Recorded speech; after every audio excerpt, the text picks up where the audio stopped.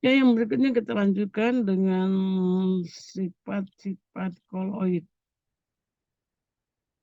Di sini kita membuat berbagai sistem koloid dengan bahan yang ada di sekitar atau mengelompokkan sifat koloid dengan penerapan yang ada di dalamnya. Sifat-sifat koloid. Yang pertama yaitu sifat koloid adalah efek tindal. Nah, efek tindal ini adalah sifat koloid yang tidak tembus cahaya. Yang dikatakan itu adalah yang di tengah koloid ini. Koloid jadi dia tidak tembus cahaya, jadi cahayanya hanya ada di dalam gelas dan tidak diteruskan. Yang kedua, gerak brown. Gerak brown itu ada gerak yang zigzag. Gerak yang zigzag. Yang berikutnya adalah muatan koloid. Nah, di sini ada beberapa sifat dari muatan koloid. Yang pertama, elektroforesis. Pergerakan partikel koloid dalam medan listrik ini disebut dengan elektroforesis. Koloid bermuatan negatif akan bergerak ke arah anoda atau ke elektroda positif. Sedangkan koloid yang bermuatan positif akan bergerak ke arah katode elektronegatif. Dengan demikian, elektroforesis dapat digunakan untuk menentukan jenis muatan koloid. Yang kedua, absorpsi. Partikel koloid memiliki kemampuan menyerap berbagai macam zat pada permukaannya.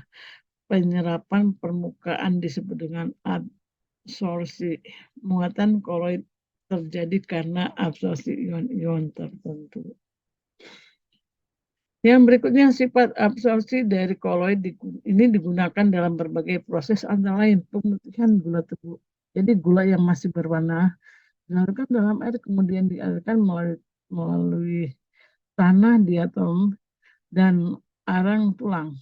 Zat-zat pewarna dan gula akan diabsorpsi sehingga diperoleh gula yang bersih. Yang berikutnya adalah norit. Di dalam usus, norit membentuk sistem koloid yang dapat mengabsorpsi gas atau racun. Yang berikutnya adalah penjernihan air. Untuk menjernihkan air dapat dilakukan dengan menambahkan tawas atau aluminium sulfat. Di dalam air, aluminium sulfat terhidrolisis membentuk AlOH3 yang berupa koloid. Koloid AlOH3 ini dapat mengabsorpsi zat-zat atau zat-zat warna atau zat pencemaran dalam air. Yang berikutnya adalah koagulasi. Ya, telah disebutkan bahwa koloid distabilkan oleh muatannya. Nah, apabila muatan koloid dilucutin, maka kestabilan akan berkurang dan dapat menyebabkan koagulasi atau penggumpalan. Pelucutan muatan koloid dapat terjadi pada sel elektroforesis yang jika elektronnya ditambahkan ke dalam suatu koloid. Adapun koagulasi koloid karena penambahan elektrolit terjadi sebagai berikut. Jadi, koloid yang bermuatan negatif akan menarik ion positif atau kation, sedangkan koloid yang bermuatan positif akan menarik ion negatif atau anion. Ion-ion tersebut akan membentuk selubung lapisan kedua.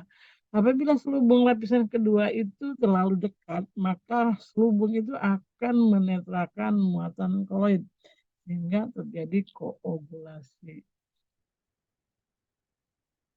Nah, di sini ada beberapa contoh koagulasi dalam kehidupan sehari-hari dan industri. Yang pertama, pembentukan delta di muara sungai terjadi karena koloid tanah liat atau lempung dalam air sungai mengalami koagulasi ketika bercampur dengan elektrolit yang ada di dalam air laut. Yang kedua, karet dalam air sungai digumpalkan dengan menambahkan asam format. Yang ketiga, umpur koloid dalam air sungai dapat digumpalkan dengan menambahkan tawas. Sel tanah liat dalam air sungai biasanya bermuatan negatif sehingga akan digumpalkan oleh ion Al3+ dan tawas dari tawas atau aluminium. Yang